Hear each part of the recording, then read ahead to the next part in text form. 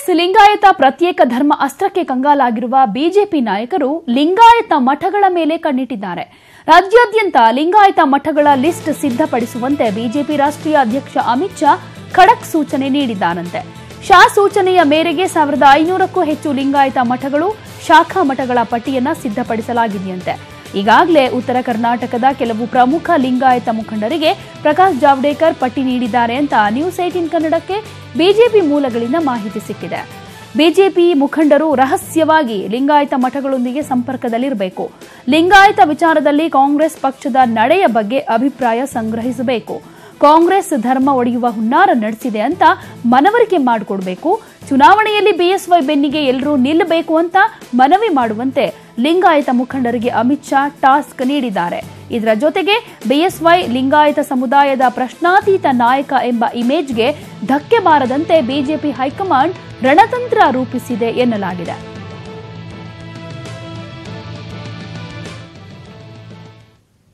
ಅಂತೂ ಇಂತೂ ನಾಮಿನೇಷನ್ ಮುಗ್ದಿದೆ. ಆದರೆ ಪಕ್ಷಗಳಲ್ಲಿ ಭಿನ್ನಮತ ಮಾತ್ರ ತಾರಕಕ್ಕೇರಿದೆ. ನಾಯಕರು ಭಿನ್ನಮತೀಯರನ್ನ ಮನವೊಲಿಕೆ ಮಾಡೋದಕ್ಕೆ ಸರ್ಕಸ್ ಮಾಡಿದ್ದಾರೆ.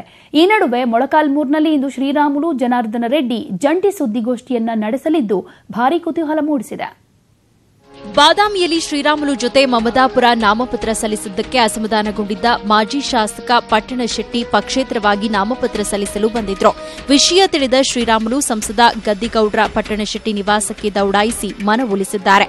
ನಂತರ ಮಾತನಾಡಿದ ಶ್ರೀರಾಮುಲು, ಸಿಎಂ ಟಿಪ್ಪರ್ಲಾಗ ಹಾಕಿದ್ರು ಗೆಲ್ಲಲ್ಲ ಎಂದರು. ಇವತ್ತು ಸಿದ್ದರಾಮಯ್ಯ ವಿರುದ್ಧ ರಾಮುಲು ನಿಲ್ತಾ ಇದ್ದಾರೆ. ಯಾರ್ಯಾರು ನಾಮಪತ್ರ ಸಲ್ಲಿಸಿದ್ರೆ ಅವೆಲ್ಲ ಕೂಡ ವಾಪಸ್ ಆಗ್ತಾವೆ. ಇವತ್ತು ಒಗ್ಗಟ್ಟಾಗಿ ಈ ಚುನಾವಣೆ ಎದುರಿಸ್ತಾ ಇದೀವಿ. ಯಾವುದೇ ಭಿನ್ನಾಭಿಪ್ರಾಯ ಇಲ್ಲ. ಅವು ಎಲ್ಲ ಯಾವ್ಯಾವ ನಾಮಪತ್ರಗಳು ನಮ್ಮ ಪಕ್ಷದಿಂದ ಹಾಕ್ಸಿದ್ವು ಅದೆಲ್ಲ ಕೂಡ ವಾಪಸ್ ತಗೊಂತೀವಿ. ನಾನು ಇವತ್ತು ಕಣದಲ್ಲಿ ಇರುವಂತಲ್ಲ ಆ ಪ್ರಶ್ನೆ ಕೂಡ ಉದ್ಭವ ಆಗಲ್ಲ ಅಂತ ಹೇಳ್ಕೊಂಡಿದ್ದೆ. ಇನ್ನೊಂದೆಡೆ ಸಿಎಂ ಸಹ ಬಾದಾಮಿಯಲ್ಲಿ ಗೌಪ್ಯ ಸಭೆ ನಡೆಸಿ ಶಾಸಕ ಚಿಮ್ಮನಕಟ್ಟಿ ಹಾಗೂ ದೇವರಾಜ್ ಪಾಟೀಲ್ ನಡುವೆ ಭಿನ್ನಮತ ಶಮನಗೊಳಿಸಲು ಯತ್ನಿಸಿದ್ದಾರೆ. ಸಭೆ ಮುಗಿಸಿ ಬಾದಾಮಿಯಿಂದ ಸಿದ್ದರಾಮಯ್ಯ ಹುಬ್ಬಳ್ಳಿಯತ್ತ ಪಯಣ ಬೆಳೆಸಿದ್ರು. ಸಿಎಂ ಪ್ರಯಾಣದ ಹಿನ್ನೆಲೆಯಲ್ಲಿ ಬೇರೆ ವಾಹನಗಳ ಸಂಚಾರಕ್ಕೆ ಪೊಲೀಸರು ಅವಕಾಶ ನೀಡದಿದ್ದರಿಂದ ಕೆಲ ಗಂಟೆಗಳ ಕಾಲ ವಾಹನ ಸವಾರರು ಧರ್ಮ ಸಂಕಟ ಅನುಭವಿಸಿದ್ರು. Bureau report, news 18 Kannada.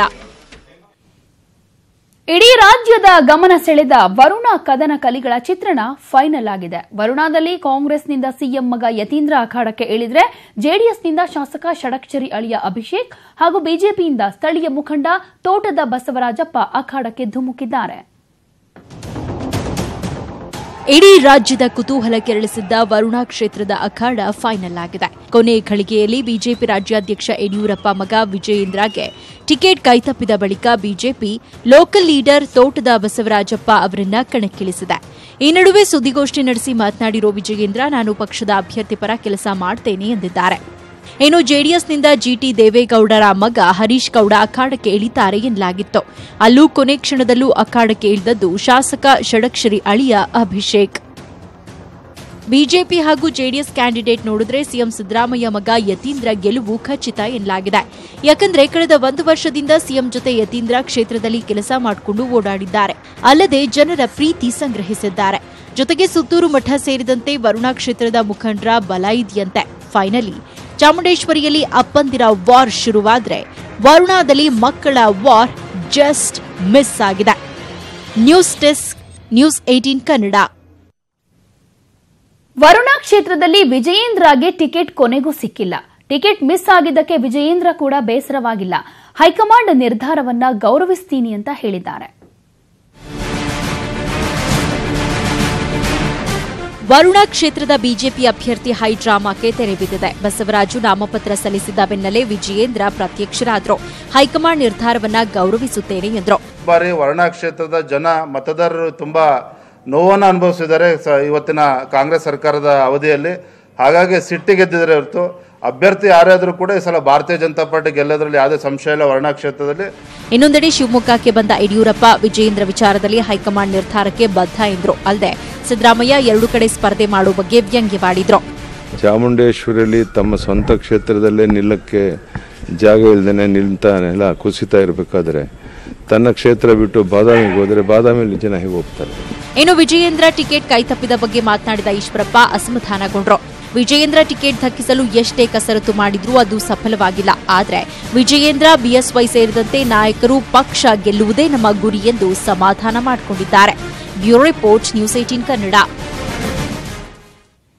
Mandya ಚುನಾವಣಾ ಅಖಾಡದಿಂದ ದೂರ ಸರಿದ ರೆಬೆಲ್ ಸ್ಟಾರ್ ಅಂಬರೀಶ್ ನನಗೆ ವಯಸ್ಸಾಯಿತು ಅಂತಿದ್ದಾರೆ. ಸಿಎಂ ಸಿದ್ದರಾಮಯ್ಯ ಮೇಲೆ ಪರೋಕ್ಷವಾಗಿ ಬೇಸರ ವ್ಯಕ್ತಪಡಿಸಿದ್ದಾರೆ. ಅಂಬರೀಶ್ ಅವರನ್ನ ಸಮಾಧಾನ ಪಡಿಸೋದಕ್ಕೆ ಪಕ್ಷದ ಉಸ್ತುವಾರಿ ವೇಣುಗೋಪಾಲ್ ಅವರೇ ಖುದ್ದು ಮನೆಗೆ ಬಂದ್ರು ಅಂಬಿ ಬೈದು ಕಳುಹಿಸಿದ್ದಾರೆ. ಮಂಡ್ಯದಿಂದ ಕೈ ಟಿಕೆಟ್ ಕೊಟ್ಟರು ಇಷ್ಟು ದಿನ ಬಾಯ್ ಬಿಡದೆ ಸುಮ್ಮನಿದ್ದ ಮಾಜಿ ಸಚಿವ ಅಂಬರೀಶ್ ಎಲ್ಲ ಗೊಂದಲಕ್ಕೂ ತೆರೆ ಎಳೆದಿದ್ದಾರೆ. ಚುನಾವಣಾ ನಿವೃತ್ತಿ ಘೋಷಿಸಿರೋ ಅಂಬಿ ಪಕ್ಷಕ್ಕೆ ನಾನು ಋಣಿ ಎಂದಿದ್ದಾರೆ. ನನಗೆ ವಯಸ್ಸಾಯ್ತು, ಎಲೆಕ್ಷನ್ನಲ್ಲಿ ಸ್ಪರ್ಧಿಸಲ್ಲ. I want justify my work. ಇನ್ನು 5 ವರ್ಷ ಕೆಲಸ ಮಾಡಬೇಕು. Already I am 66. ಇನ್ನು 5 ವರ್ಷ 71 ತನಕ ಏನು ಕೆಲಸ ಮಾಡೋಕ್ಕಾಗತ್ತೆ? ರಮ್ಯಾಗೆ ಟಿಕೆಟ್ ಕೊಟ್ಟಿದ್ರು ಸಂತೋಷ ಆಗ್ತಿತ್ತು. ರಮ್ಯನ್ ಕೊಡ್ಬೋದಾಗಿತ್ತು. XMP ಅವ್ರು ಕರ್ಕೊಂಡ್ಬಂದು ಸೀಟ್ ಕೊಟ್ಟಿದ್ದು ಸಂತೋಷ ಆಗ್ತಿತ್ತು. ನಮ್ಗೆ ಗಣಿಗಾರ ರವಿಗೆ ಕೊಟ್ಟರೆ ಸಂತೋಷ, ಇನ್ನು ರಮ್ಯಗೆ ಕೊಟ್ಟರೆ ಬೇಡ ಆಗ್ತಿತ್ತು. ರಾಜಕಾರಣದಲ್ಲಿ ದೇವೇಗೌಡರೇ ಸಾಟಿ. ಇನ್ನು ನೋಡಪ್ಪ, ಅದರೆಲ್ಲ ಘಟಕ ಅಂದರೆ ದೇವೇಗೌಡ. ಎಲ್ಲೂ ಬೇಗ ಇಲ್ಲಿ ಇರ್ತಾರೆ. ಕನ್ಯಾಕುಮಾರಿ, ನೆಕ್ಸ್ಟ್ ಡೇ ನೋಡೋದು ಡೆಲ್ಲಿ, ಅಲ್ಲಿಂದ ನೋಡಿದ್ರೆ ರಾಯಚೂರು ನೋಡೋದು ಉತ್ತರ ಪ್ರದೇಶದಲ್ಲಿ ಕೂತಿರ್ತಾರೆ. ನನ್ನ ಕೈಲಿ ಈಗ 1 ಕೋಟಿ ಅಲ್ಲ 10 ಕೋಟಿ ಕೊಟ್ಟರು ಹೋಗೋಕ್ಕಾಗಲ್ಲ. ಶ್ರೀನಿವಾಸ್ ಹಳಕಟ್ಟಿ, ನ್ಯೂಸ್ 18 ಕನ್ನಡ, ಬೆಂಗಳೂರು. ರಾಷ್ಟ್ರೀಯ ಪಕ್ಷಗಳ ಅಭ್ಯರ್ಥಿಗಳು ಬಿ ಫಾರಂ ಗೊಂದಲದಲ್ಲಿದ್ರೆ ಪ್ರಾದೇಶಿಕ ಪಕ್ಷ ಜೆಡಿಎಸ್ ಅಭ್ಯರ್ಥಿಗಳು ಮಾತ್ರ ಸಿ ಫಾರಂ ಬಗ್ಗೆ ತಲೆಕೆಡಿಸಿಕೊಂಡಿದ್ದಾರೆ. ಸಿ ಫಾರಂ ಸಲ್ಲಿಸಿದ್ರೂ ಅಭ್ಯರ್ಥಿ ಯಾರು ಅನ್ನೋ ಕನ್ಫ್ಯೂಷನ್ ಆಗಿದೆ. ಇದಕ್ಕೆ ಕಾರಣ ಇಬ್ಬಿಬ್ಬರಿಗೆ ಸಿ ಫಾರಂ ನೀಡಿರೋದು.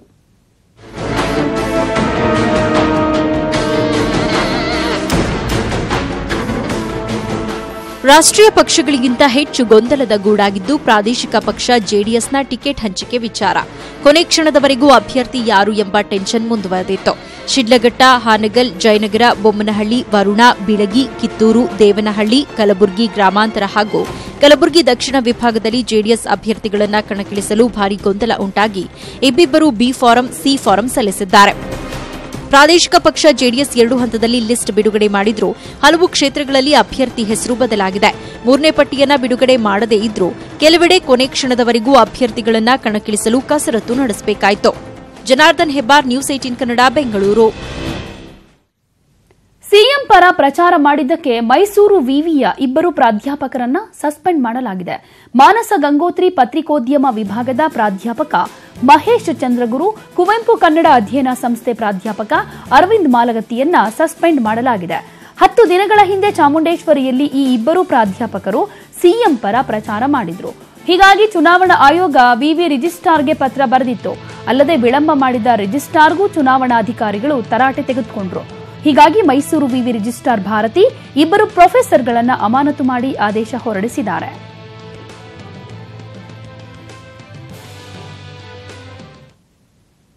ಚಿನ್ನದ ನಾಡಲ್ಲೀಗ ಮಹಿಳಾ ಮಣಿಗಳ ವಾರ್. ಪುತ್ರಿಯರ ಪಾಲಿಟಿಕ್ಸ್ಗೆ ಕೆಜಿಎಫ್ ಕ್ಷೇತ್ರ ಸಜ್ಜಾಗಿದೆ. ವೈ ಸಂಪಂಗಿ ಪುತ್ರಿ ವಿರುದ್ಧ ಸೋತಿದ್ದ ಸಂಸದ ಮುನಿಯಪ್ಪ ಪುತ್ರಿ ರೂಪಕಲಾ ಈ ಬಾರಿಯೂ ಕಣಕ್ಕಿಳಿದಿದ್ದಾರೆ.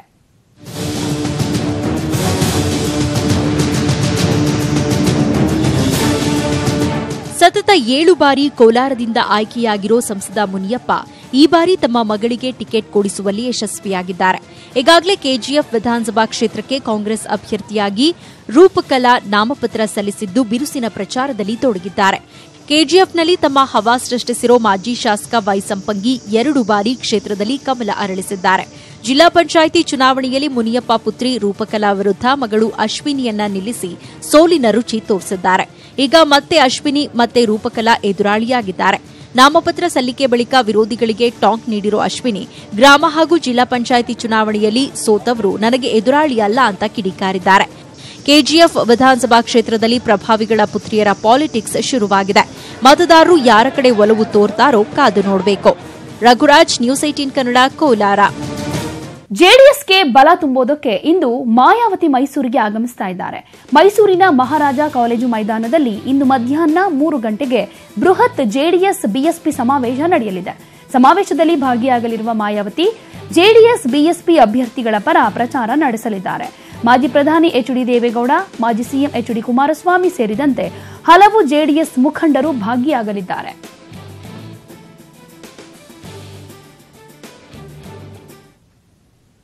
ನಾಮಪತ್ರ ಸಲ್ಲಿಕೆಗೆ ನಿನ್ನೆ ಕೊನೆಯ ದಿನವಾಗಿದ್ದರಿಂದ ಯಾದಗಿರಿ ಜಿಲ್ಲೆಯಲ್ಲಿಯೂ ನಾಮಪತ್ರ ಸಲ್ಲಿಕೆ ಭರಾಟೆ ಜೋರಾಗಿತ್ತು. ಜಿಲ್ಲೆಯ 4 ವಿಧಾನಸಭಾ ಕ್ಷೇತ್ರಗಳಿಗೆ 93 ನಾಮಪತ್ರ ಸಲ್ಲಿಕೆಯಾಗಿದ್ದು, ಪ್ರಮುಖವಾಗಿ ಗುರುಮಠಕಲ್ ಕ್ಷೇತ್ರದಲ್ಲಿ 29 ನಾಮಪತ್ರಗಳು ಸಲ್ಲಿಕೆಯಾಗಿವೆ. ಯಾದಗಿರಿ ಕ್ಷೇತ್ರದಲ್ಲಿ 16, ಶಹಾಪುರ ಮತ್ತು ಸುರಪುರ ಕ್ಷೇತ್ರದಲ್ಲಿ ತಲಾ 24 ನಾಮಪತ್ರಗಳು ಸಲ್ಲಿಕೆಯಾಗಿವೆ. ಬಿಜೆಪಿ ಮತ್ತು ಕಾಂಗ್ರೆಸ್ ಪಕ್ಷದ ಅಭ್ಯರ್ಥಿಗಳು ಅದ್ದೂರಿ ಮೆರವಣಿಗೆ ಮೂಲಕ ಆಗಮಿಸಿ ನಾಮಪತ್ರ ಸಲ್ಲಿಸಿದರು. ಮಹಿಳೆಯರು ನೃತ್ಯ ಮಾಡುವ ಮೂಲಕ ತಮ್ಮ ಅಭ್ಯರ್ಥಿಗಳಿಗೆ ಬೆಂಬಲ ಸೂಚಿಸಿದರು.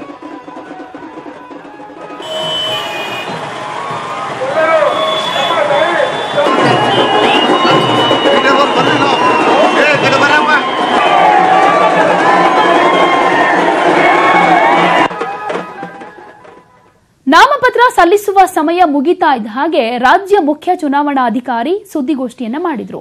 ಇದುವರೆಗೂ ನಡೆದ ದಾಳಿಗಳು ಮತ್ತು ಚುನಾವಣಾ ಆಯೋಗಕ್ಕೆ ಸಲ್ಲಿಕೆಯಾದ ನಾಮಪತ್ರಗಳ ಕುರಿತು ಮಾಹಿತಿ ನೀಡಿದರು.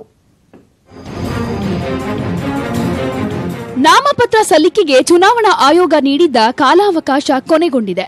ಒಟ್ಟಾರೆ ರಾಜ್ಯದಲ್ಲಿ ಎಷ್ಟು ನಾಮಪತ್ರಗಳು ಸಲ್ಲಿಕೆಯಾಗಿವೆ, ಎಷ್ಟು ಅಭ್ಯರ್ಥಿಗಳು ಕಣದಲ್ಲಿದ್ದಾರೆ ಅನ್ನೋದನ್ನ ನೋಡೋದಾದ್ರೆ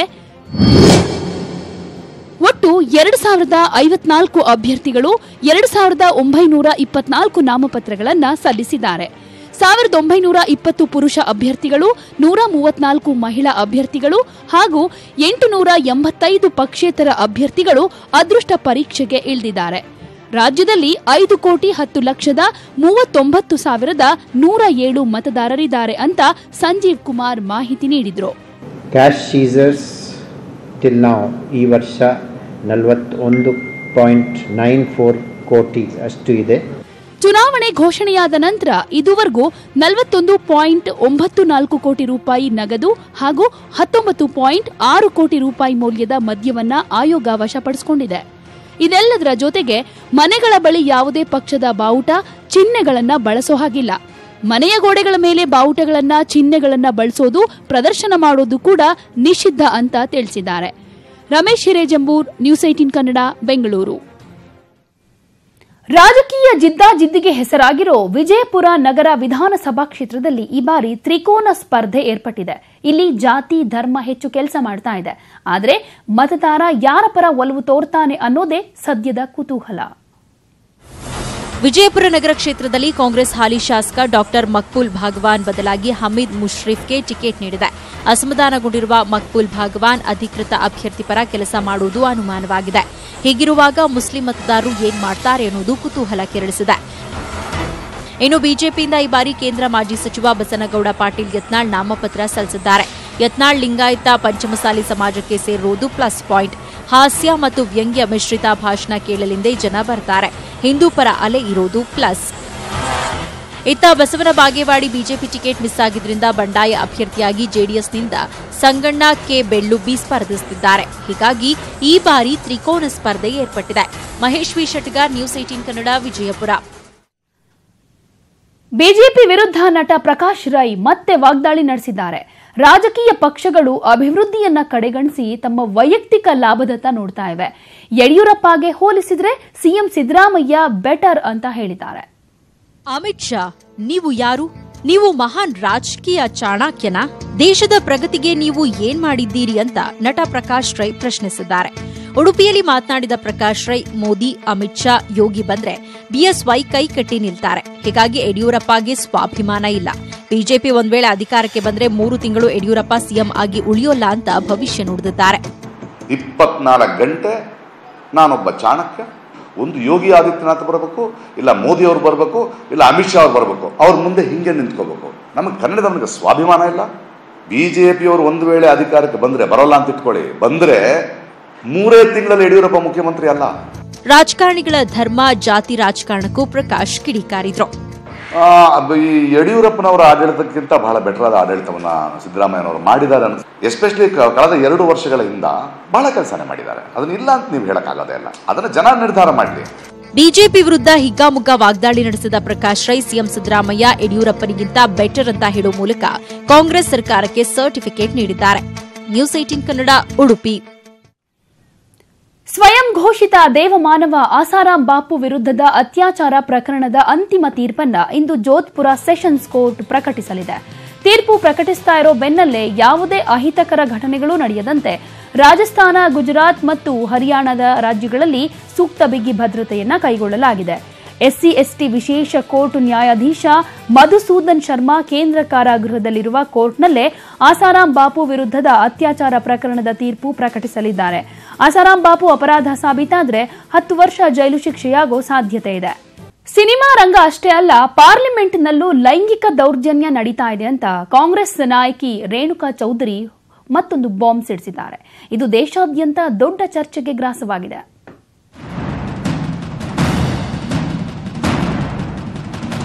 ಆಂಧ್ರದಲ್ಲಿ ನಟಿ ಶ್ರೀರೆಡ್ಡಿ ಅರೆಬೆತ್ತಲಿಯಾಗಿ ಪ್ರತಿಭಟನೆ ನಡೆಸಿದ ಮೇಲೆ ಪಲ್ಲಂಕ ಪುರಾಣ ದಿನಕ್ಕೊಂದು ತಿರುವು ಪಡಿತಾ ಇದೆ.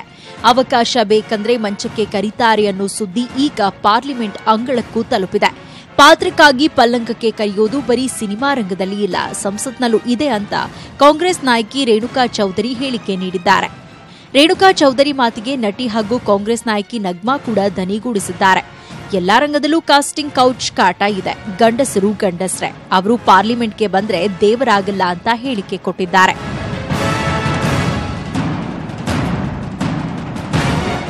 ಈ ನಡುವೆ ಬಾಲಿವುಡ್ನ ಸರೋಜಾ ಖಾನ್ ಮಾತಾಡಿದ್ದು, ಪ್ರತಿಭೆ ನಿಮ್ಮಲ್ಲಿದ್ರೆ ನಿಮ್ಮನ್ನ ನೀವು ಮಾರಿಕೊಳ್ಳುವ ಅಗತ್ಯವೇನಿದೆ. ಈ ಕಾಸ್ಟಿಂಗ್ ಕೌಚ್ ಇವತ್ತಿನದ್ದಲ್ಲ, ಹಿಂದಿನಿಂದಲೂ ಇದೆ ಎಂದಿದ್ದಾರೆ.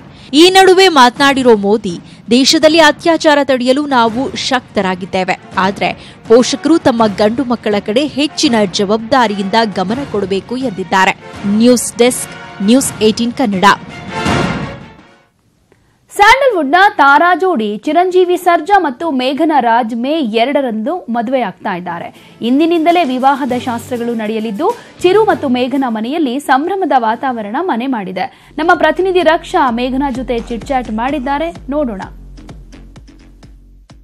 ನಮ್ಮ ಜೊತೆ ಮೇಘನಾ ರಾಜ್ ಅವರಿದ್ದಾರೆ. ಮಿಸ್ಸಸ್ ಮೇಘನಾ ರಾಜ್ ಆಗಕ್ಕೆ ರೆಡಿ ಆಗ್ತಾ ಇದ್ದಾರೆ. ಸೊ ಅವರ ಮದುವೆ ತಯಾರಿಯನ್ನ ಕೇಳೋಣ. ನಮ್ಮ ಜೊತೆ ಮೇಘನಾ ರಾಜ್ ಅವರಿದ್ದಾರೆ. ಎಸ್ ಮೇಘನಾ, first of all congratulation for you. Thank you so much. ನಿಮ್ಮ ಮದುವೆ ಸಂಭ್ರಮ ನಿಮ್ಮ ಮುಖ ನೋಡಿದ್ರೆ ಗೊತ್ತಾಗ, ಫುಲ್ ಬ್ಲಶ್ ಆಗ್ತಿದೆ, ಮುಖ ಸಂಭ್ರಮ ಅಷ್ಟಿದೆ. ಯಾವ ರೀತಿ ಇದೆ ಮದುವೆ ತಯಾರಿ, ಹೇಗೆ ನಡೀತಾ ಇದೆ ಏನು ಅಂತ? ಮದುವೆ ತಯಾರಿ ಇಸ್ ಇನ್ ಫುಲ್ ಸ್ವಿಂಗ್. ಎಲ್ಲ ಮನೆಯ ಹಿರಿಯರು ಅದನ್ನೆಲ್ಲ ಮಾಡ್ತಿದ್ದಾರೆ. ಆ್ಯಂಡ್ ಪೂಜೆಗಳಾಗಿರ್ಬೋದು, ಟ್ರೆಡಿಷನ್ಸ್ ಆಗಿರ್ಬೋದು, ಸೊ ಎಲ್ಲ ತಯಾರಿಗಳು ನಡೀತದೆ. ನಾಳೆಯಿಂದ ನಮ್ಮ ಅರಿಶಿನ ಶಾಸ್ತ್ರ ಮತ್ತು ಚಪ್ರ ಶಾಸ್ತ್ರ ನಡೆಯುತ್ತೆ. ಸೊ ಅದಾದ ನಂತರ ನಮ್ಮ ಕ್ರಿಶ್ಚಿಯನ್ ವೆಡ್ಡಿಂಗು, ಆಮೇಲೆ ಮೆಹಂದಿ, ಆಮೇಲೆ 2ನೇ ತಾರೀಕು ಬಂದು ಇಟ್ಸ್ ದ ಮೇನ್ ವೆಡ್ಡಿಂಗ್ ನಡೀತದೆ. So it's all happening in full swing. Okay, ನಿಮ್ಮ ಕಾಸ್ಟ್ಯೂಮ್ ಬಗ್ಗೆ ತುಂಬಾ ಕ್ಯೂರಿಯಾಸಿಟಿ ಇದೆ. ಎಂಗೇಜ್ಮೆಂಟಲ್ಲಿ ನೋಡಿದ್ದು ತುಂಬ ಗಾರ್ಜಿಯಸ್ ಆಗಿ ಕಾಣ್ತಾ ಇದ್ರಿ. ಸೊ ಮದುವೆಯಲ್ಲಿ ನಿಮ್ಮ ಕಾಸ್ಟ್ಯೂಮ್ ಯಾರು ಡಿಸೈನ್ ಮಾಡ್ತಿದ್ದೀರಾ, ಅಥವಾ ಯಾವ ರೀತಿ ಕಾಸ್ಟ್ಯೂಮನ್ನು ವೇರ್ ಮಾಡ್ತಿದ್ದೀರಾ? ನನ್ನ ಇಂಗ್ಲೀಷ್ ವೆಡ್ಡಿಂಗ್ ಬಂದು, ನಮ್ಮ ಕ್ಯಾಥಲಿಕ್ ವೆಡ್ಡಿಂಗ್ ಬಂದು ಟಿಯಾ ಮರಿಯಾ ಅಂತ ನಮ್ಮ ಕೇರಳ ಡಿಸೈನರ್. ಸೊ ಅವ್ರು ನನ್ನ ಗೌನ್ ಡಿಸೈನ್ ಮಾಡಿದ್ದಾರೆ.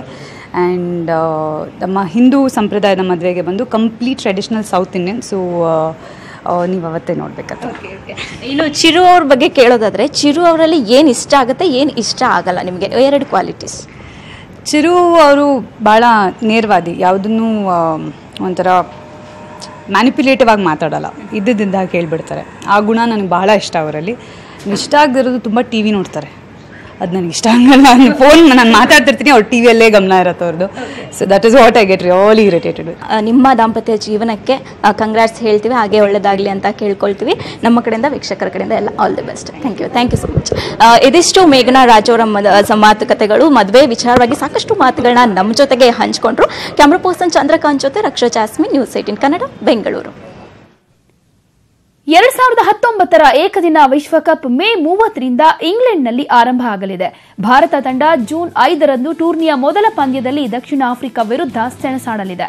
ಮಾರ್ಚ್ 29ರಿಂದ ಮೇ 19ರವರೆಗೆ ಇಂಡಿಯನ್ ಪ್ರೀಮಿಯರ್ ಲೀಗ್ 12ನೇ ಆವೃತ್ತಿಯ ಟೂರ್ನಿ ನಡೆಯಲಿದೆ. ಇದು ಮುಗಿದ ನಂತರ ಭಾರತದ ಆಟಗಾರರು ಇಂಗ್ಲೆಂಡ್ಗೆ ಹೋಗಲಿದ್ದಾರೆ.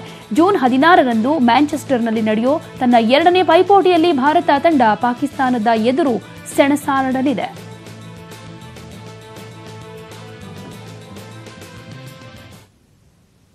ಇದಿಷ್ಟು ಇವತ್ತಿನ ನ್ಯೂಸ್ 18 ನ್ಯೂಸ್ನಲ್ಲಿನ ಪ್ರಮುಖ ಸುದ್ದಿ. ನೋಡ್ತಾ ಇರಿ ನ್ಯೂಸ್ 18 ಕನ್ನಡ. ಜಾಲ ನಮ್ಮದು, ಬಲ ನಿಮ್ಮದು.